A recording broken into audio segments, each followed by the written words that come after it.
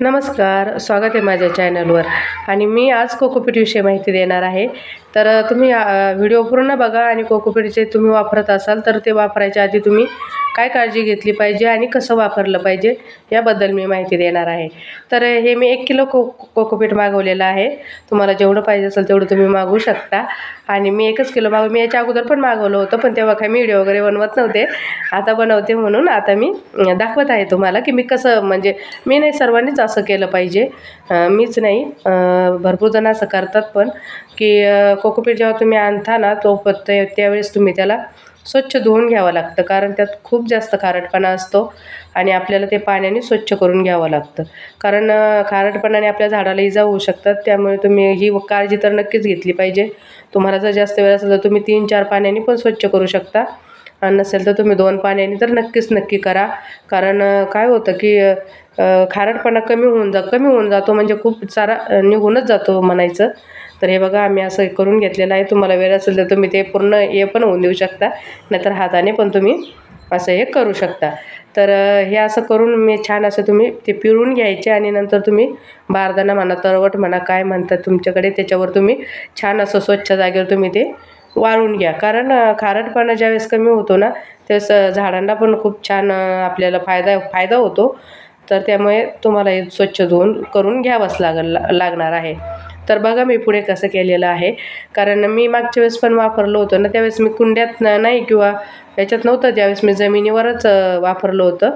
तर हे बघा, असं आम्ही असं हे करून घेतलेले आहेत गोळे आणि नंतर हे वाळू घातलेले आहेत.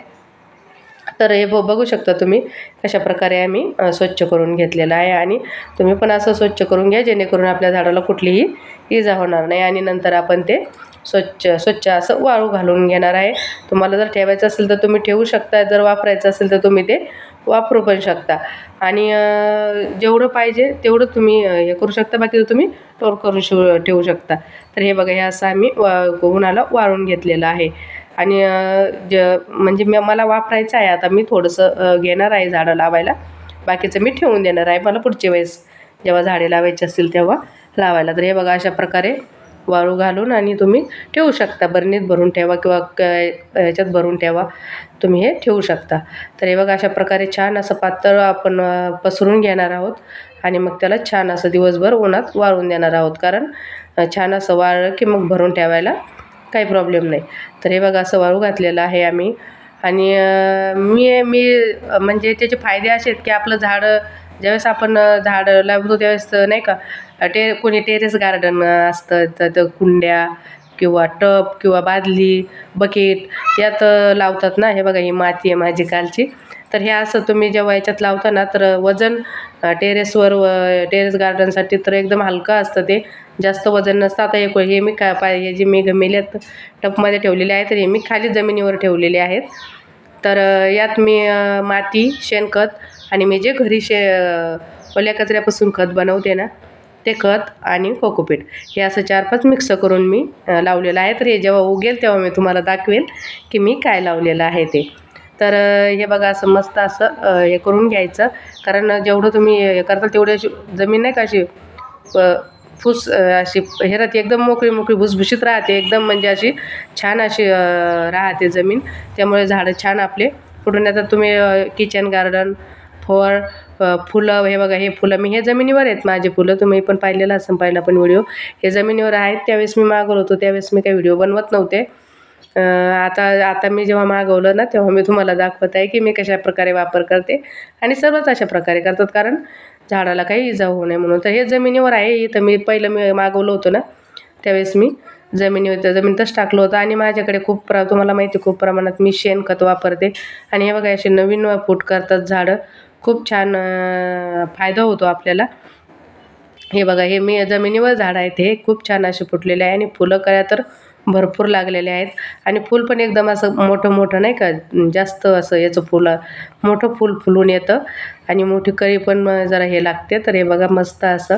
तर मी जमिनीवर पण वापरलं होतं गेल्या वेळेस, आणि तुम्ही कुंडीत पण वापरू शकता. हे बघा, हे गुलाब आहेत, इथे पण मी शेणखत आणि ते पहिलं मी वापरलेलं आहे. तर बघू शकता तुम्ही मी जास्त तुम्ही माझे पहिले पण व्हिडिओत बघितलं असेल की मी जास्त प्रमाणात शेणखताचाच वापर करते.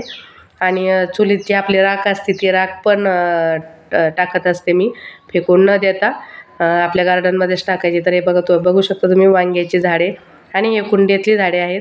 हे पहिले गुलाब आहेत माझे, हे जे म्हणजे इथं वेळेला पण मी वापरलं होतं कोकोपीट. हे पहिली झाडं आहेत, हे थोडेसे खराब व्हायला लागले आणि हे आपण आज त्या दिवशी आणलेले झाडं आहेत. तर खूप छान असे झाडं फुटलेले आहेत. तर खूप छान असा आपल्याला फायदा होतो कोकोपीटपासून. तर तुम्ही नक्की करून बघा. आणि हे बघा, ही शेवंती खूप छान आलेली आहे.